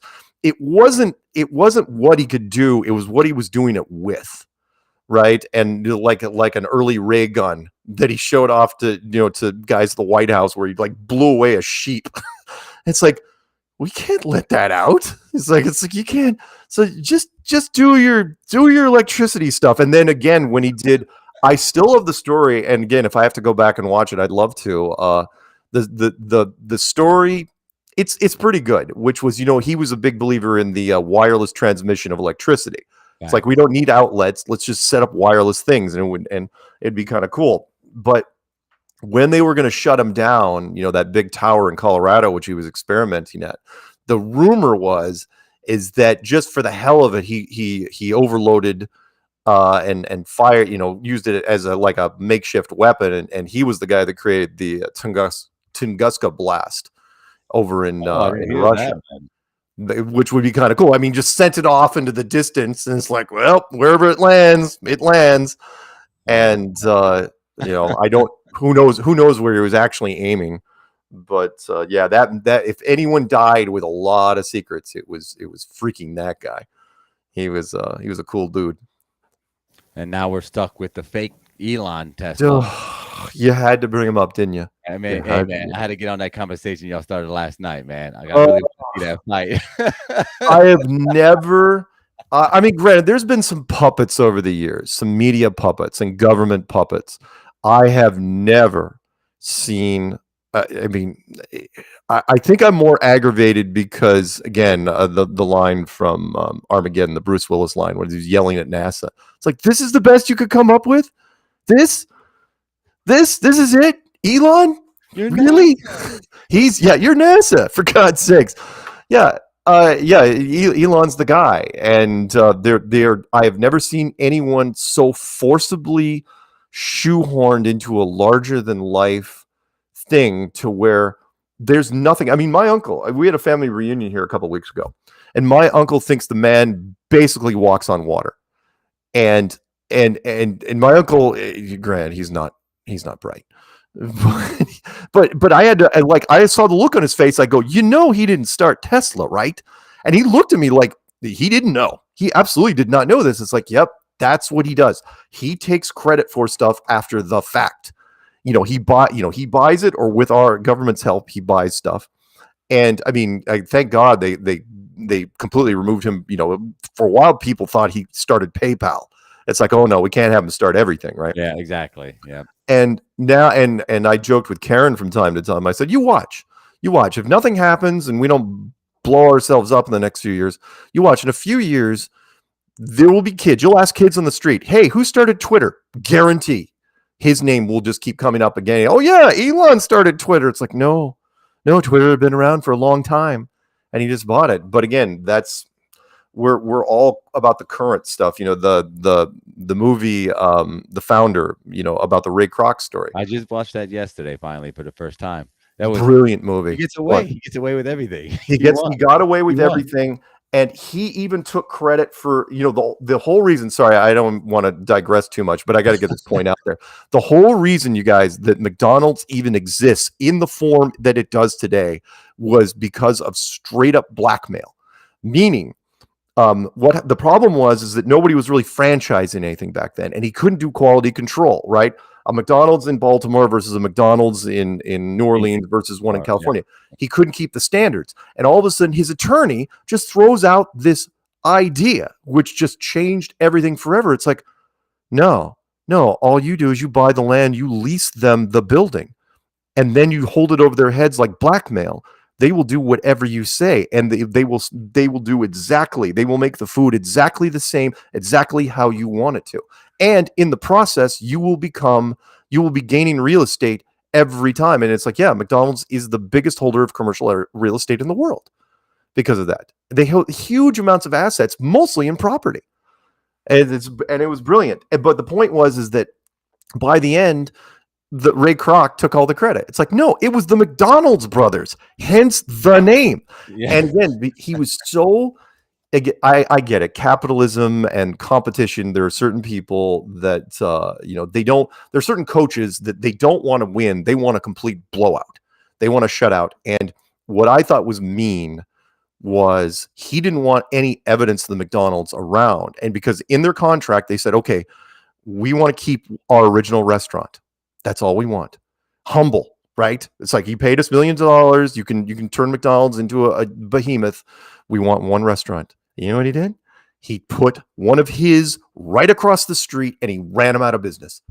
Damn, they didn't say that part in the movie. Yeah, no, they didn't. It's cold. It's like to where it's like, it's like that guy. I don't even want that original restaurant anymore. I don't want a memory of the McDonald's around. I don't want the brothers mentioned. I don't want anything. And to this day, people are like, oh yeah, Ray Kroc, plaques and everything everywhere. Oh, drives me insane. Anyway, sorry. Back to Elon Musk. It will end up even worse than that before it's over. I mean, he takes credit for SpaceX, even though it is a completely government backed program. He's going to take credit for Twitter, even though he was sued. He was forced to buy it, forced to buy Twitter, because you can't, if you're a billionaire. Word to the wise, if you're a billionaire, you can't just casually say, oh yeah, I'd totally buy this stock for $50 a share. Totally do it. Right? Because apparently when you have so much money and you can influence the market, it's like, that's legally binding if you say that during an interview. And they called him on it. It's like, yep, you said it. You have to buy it. It's like, what? I do? It's like, yeah, you do. And his lawyers actually said, dude, you could spend millions of dollars in years for what? It'd be cheaper to just buy it. And then you can just destroy it. or do whatever you want. Oh God, I hate that guy. Probably going to destroy it. So you don't hate it. think he has a chance against the android himself, Zuckerberg? I He has the size. I He has I the I, reach. I almost develop aneurysms even thinking about it, because it is it is bread and circuses. It is idiocracy. I mean, the fact that you've got two billionaires, one bored out of his mind. Zuckerberg's just, the whole thing started because Zuckerberg has been bored, and it's like, oh, I'm going to do martial arts in my spare time. Why the hell not? What else I got to do, right? Even though that guy, the Social Network, the movie, you guys want to watch that? By the way, Zuckerberg did not start Facebook. He was the reluctant winner in the giant lawsuit that was about Facebook. Everybody said it was the Winklevoss twins. That's who got it. They should have probably taken over, but whatever. They got millions and millions and millions, so who cares? But the promoter, what's his face from the WWE or Ultimate UFC or whatever, that promoter, I can't remember, Dana White. He came up with this idea, casually. It's like, hey, probably asked Zuckerberg first, like, hey, would you fight Elon? And it's like, yeah, I'd fight Elon. Like, immediately he calls Elon's people. It's like, hey, would you fight Zuckerberg? And for example, Zuckerberg only weighs 145 pounds, right? He's small. Wow. But then again, Elon is 230 pounds of pudge. Right, you can say what you want. I don't care what pick. I mean, if he does a big montage and he gets in shape, great. But 2 months ago, he was in the back of a boat, and he looked like a white beluga that was vertical. That he was just marshmallow man status. He was a freaking marshmallow, and so but I mean the weight difference, weight classes is like 145 versus 230. I mean, if they get into a wrestling match, Zuckerberg's going to have a hard time. He's going to have to. But what sort of fight are we talking about here? And who's going to ensure it? I mean, you're going to talk about like kicks to the head? Are we talking about like this could happen? Well, I figured they were just going to send their clones out there anyway, and they were just going to sit in the audience. Like, my $1 million clone's going to beat your Android clone.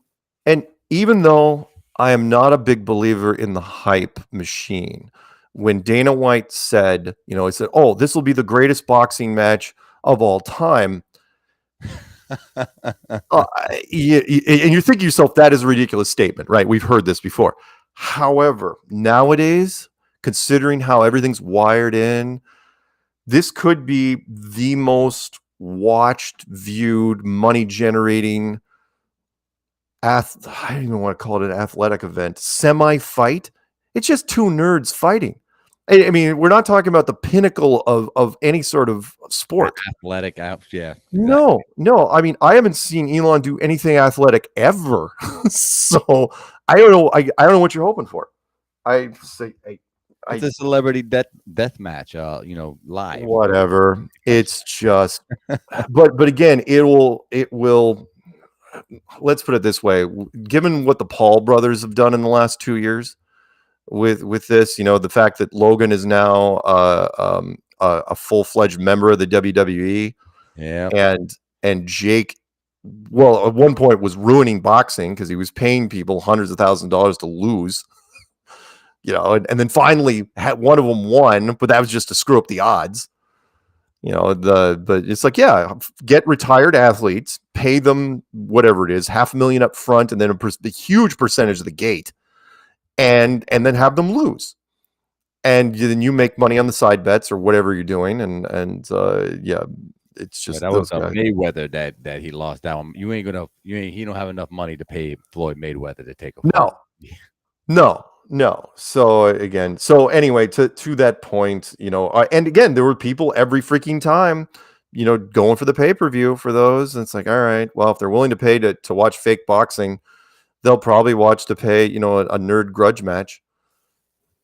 Could it be possible? I mean, just to me, they have so much money, and yes, the possibility of them just being bored, but there's also, that hidden rumors that go around, of course, online that, I keep my ear to the ground, that they're being orchestrated to do this because they're masters. Because we look at these public figures as well, nobody can tell them what to do. They're filthy rich. They sign paperwork, they hire people, they fire people, they're on podcasts, they have a lot of status. But there's those out there, the super occult, the super elite, as it were, who uses even these billionaires as toys themselves. Yes. They Yeah. also get bored. These guys are not New World Order elites. And I have said this many times that I've had people, roll their eyes, non-truthers. Tell 'em, Mark, tell 'em. But I say, look, the first rule of power has never, ever changed. Never, ever, never going to change, which is first rule of power is stay hidden. You cannot be a puppet and a puppet master at the same time. And the reason why you don't do it, and I don't know if Napoleon was a pretty quotable guy, actually. I don't know if it was him or another guy. He said, you can't be overthrown if they don't know who you are. Meaning you can overthrow kings and presidents. If you're in the public eye, you immediately have a target on your back. However, if you're the guy behind the stage, with the strings, they don't know who you are. That's why, again, you can't be both. You can't be it's the blessing and the curse of being the super elite. Meaning you can't be Darth Maul and Emperor Palpatine. No, you can't. You can't do it both. Because you wouldn't want to. There's no even temptation. What the masses are capable of. It's like, no, they can storm the castle. They can burn down the house. They can run through the countryside with pitchforks and torches. They will find you if they know who you are. You do not want to be recognizable. So being anonymous, that's actually a very, very good thing. So when we talk about, Bill Gates and Jeff Bezos, and it's like, it's like those are the publicly rich. It's like, they're the most, the richest men in the world. It's like publicly rich men in the world. There are people in the world that don't even bother looking at their bank accounts because they can overthrow economies. We're talking 12 digits or higher. What money, ridiculous, to money to where money is irrelevant. The term is meaningless to them. I mean, come on, like even, Gates is new money, right? Zuckerberg's new money. Elon is really green new money by comparison. Even the Rothschilds going back in the day. Remember, we know who the Rothschilds are. Though even those guys were fairly new money, and they go back a couple hundred years, barely.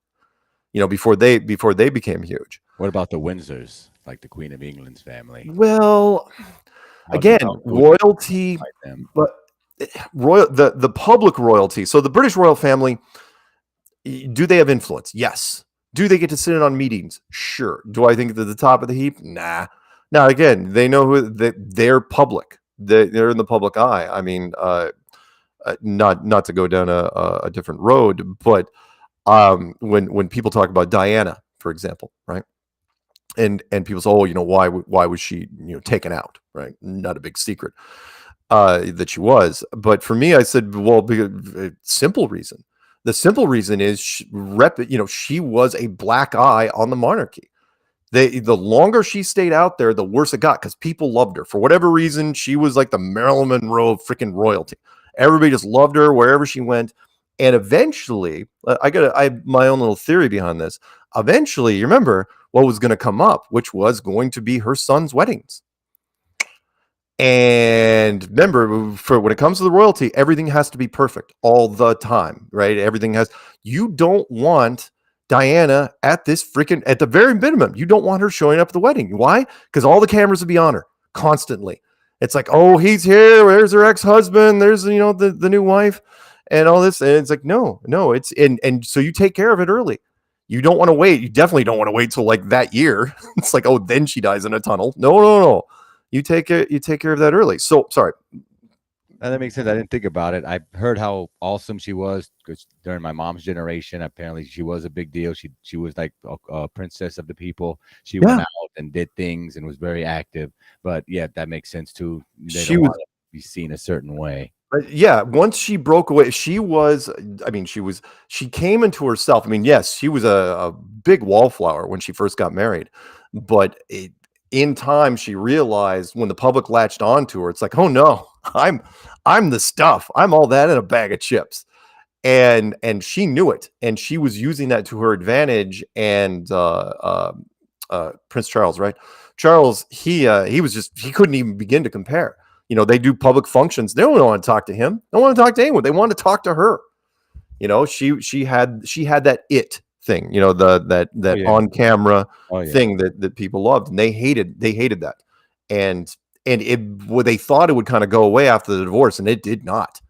Paparazzi were on her constantly. She could not go anywhere. She was always freaking mobbed. And again, it was probably easier for them to get. Anyway, sorry. Back on point. The royal family can do some things, but they can't do everything. So the royals' extended family, maybe it's probably going to be though some really really old families in Europe. Reptilians. Possibly. Awesome. Possibly. I mean, I'm not going to discount it, but really, really old families going back a long, long time.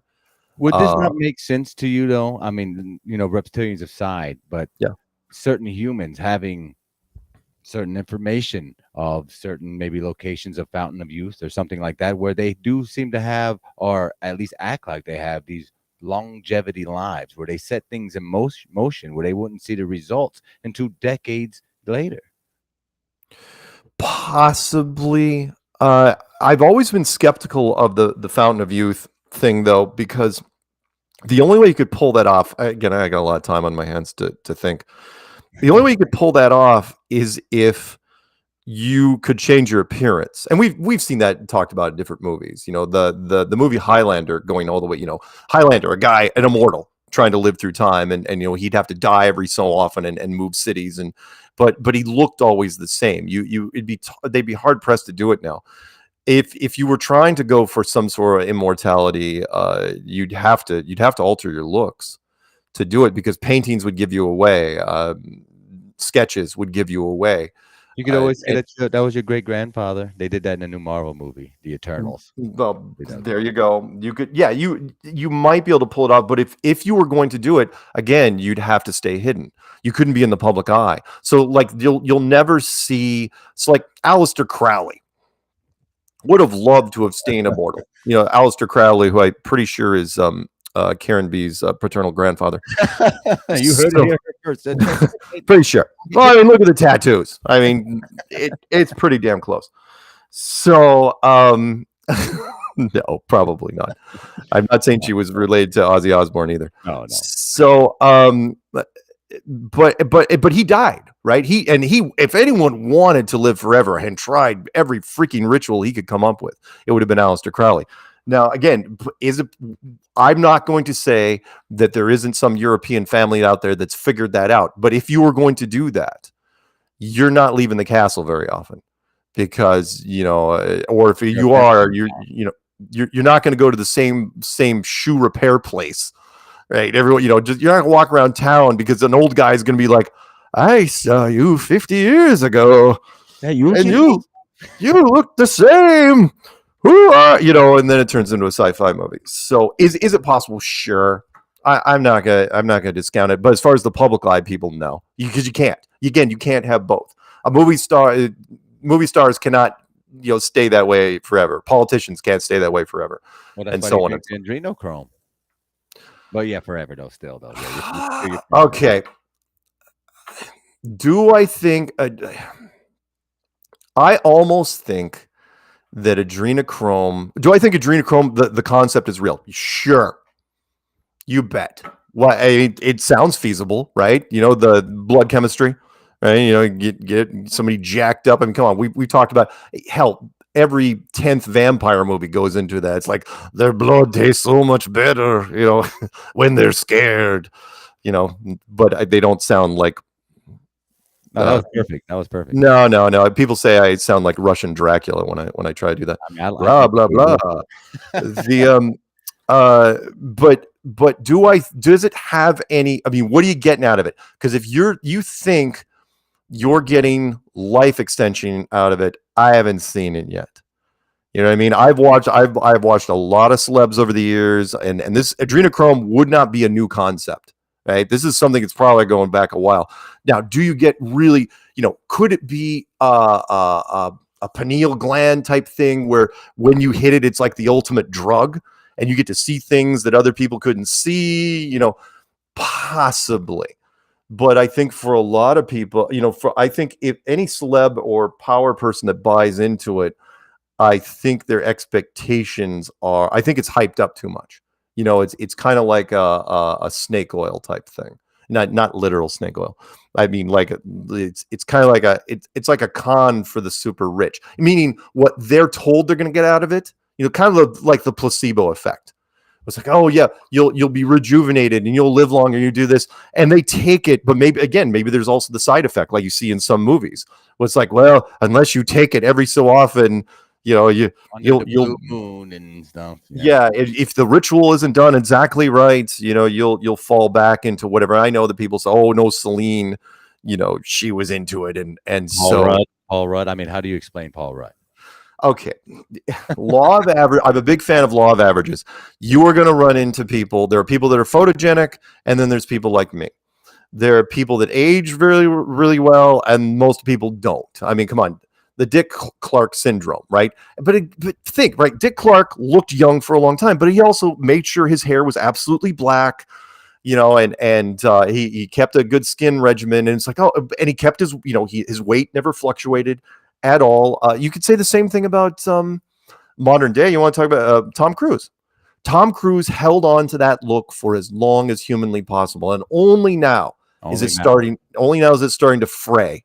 Like with anything, we all have our favorite shirt, our favorite jeans, and you can try to keep it pristine as long as you want. But sooner or later, the wash and dry is going to wear on it, and you're going to have a bad day where it's like, oh boy, things are starting. So yeah, Tom, you've seen the Tom Cruise pics recently. Oh yeah. It's like, yeah, when he's off, most of the time, again, it's a hair dye. So again, short version. Do I think people take adrenochrome? Sure. Do I think they're taking it for the wrong reasons? Probably. And do I think they're going to suffer horribly because of the karma they're generating from the whole adrenochrome process? Oh yeah. And again, I don't want to downplay this too much, but I got to get this out, which is, don't forget. I know we all think there's atrocities that happen out there, and it's really, really horrible. But don't forget that old tricks are the best tricks, and adrenochrome, because most of it's from children, is just really an extension of child prostitution, and child prostitution has been around forever. Right? I mean, come on, go back to the early stories of Rome. Child prostitution was a thing. It never, yes, when we got into more civilized society and refinement, and we were realizing that, young people you should not be, you'll break them, if you do things to them. But it's not a brand new thing. And so, is it still horrible? Yeah, it's awful. So anyway, there you go. I like it. Well, Mark, we're coming up on towards the end of the second hour. This has been a fantastic conversation. I've definitely traded some great ideas with you. I hope a lot of the audience was able to kind of keep up with our weirdness that we go down.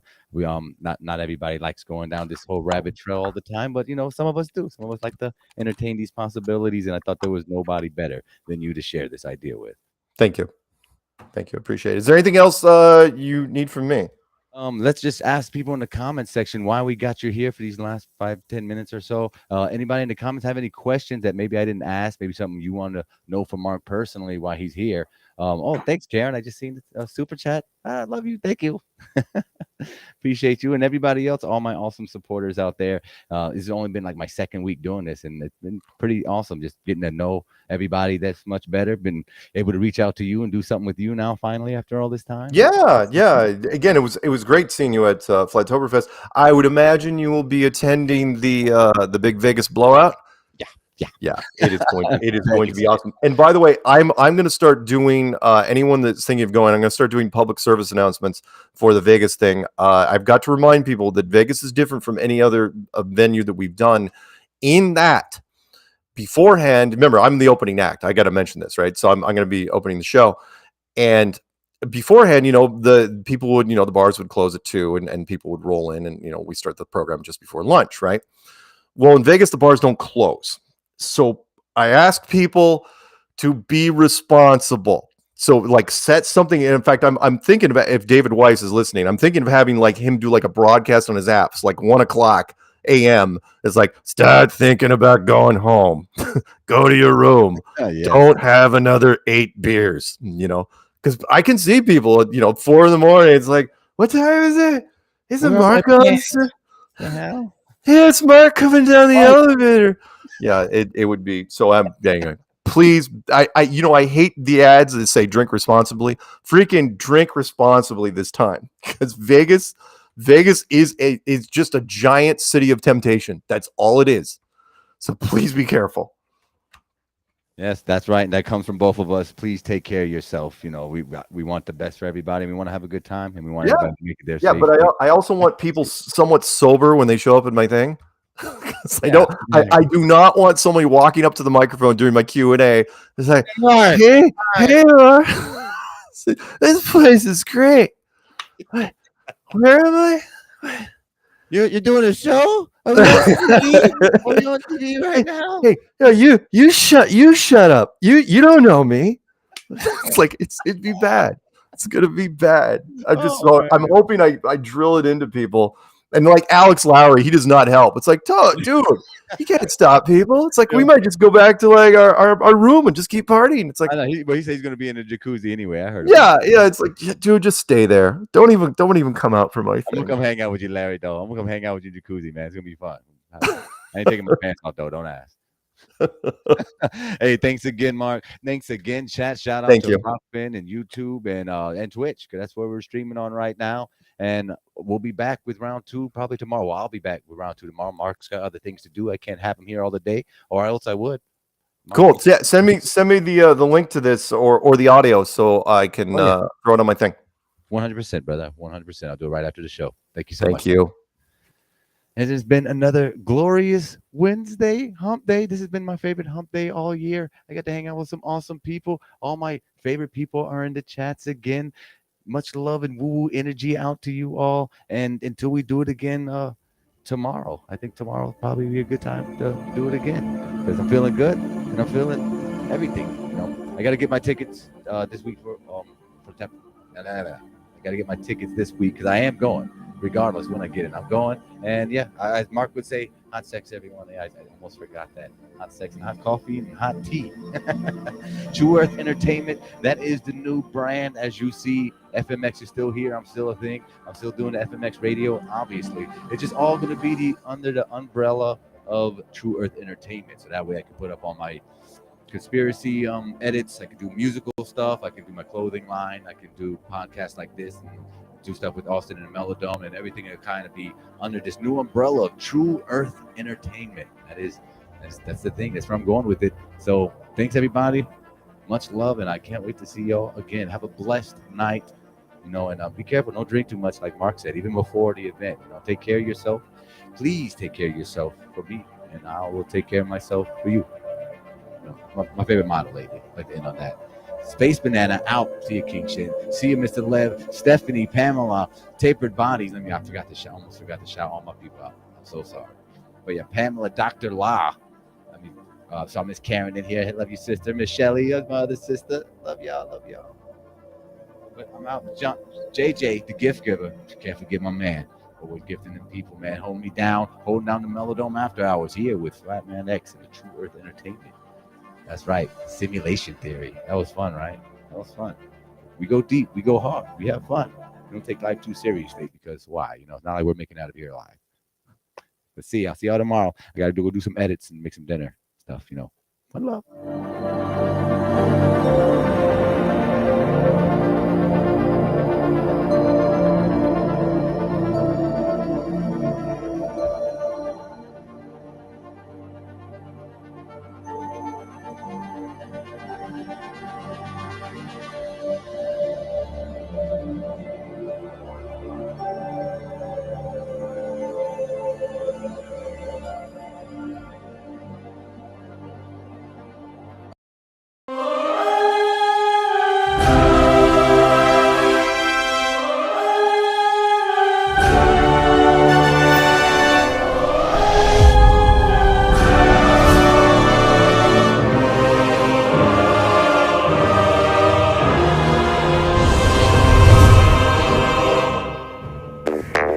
I am not Morgan Freeman.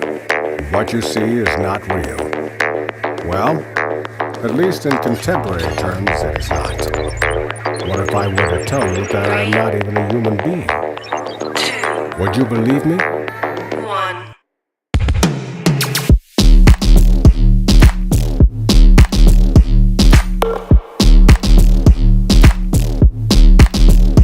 What is your perception of reality?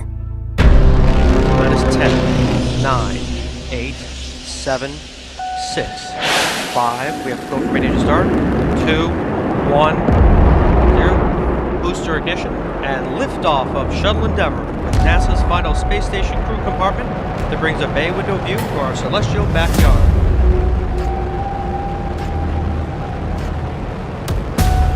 Houston, Endeavour, roll program. Roger, roll, Endeavour. This is Mission Control Houston. Endeavour's roll maneuver is complete. Heads down position on track for its flight to the International Space Station. 32 seconds into the flight. 3 liquid fuel main engines soon will throttle back to 72% of rated performance down in the bucket, reducing the stress on the shuttle as it goes transonic.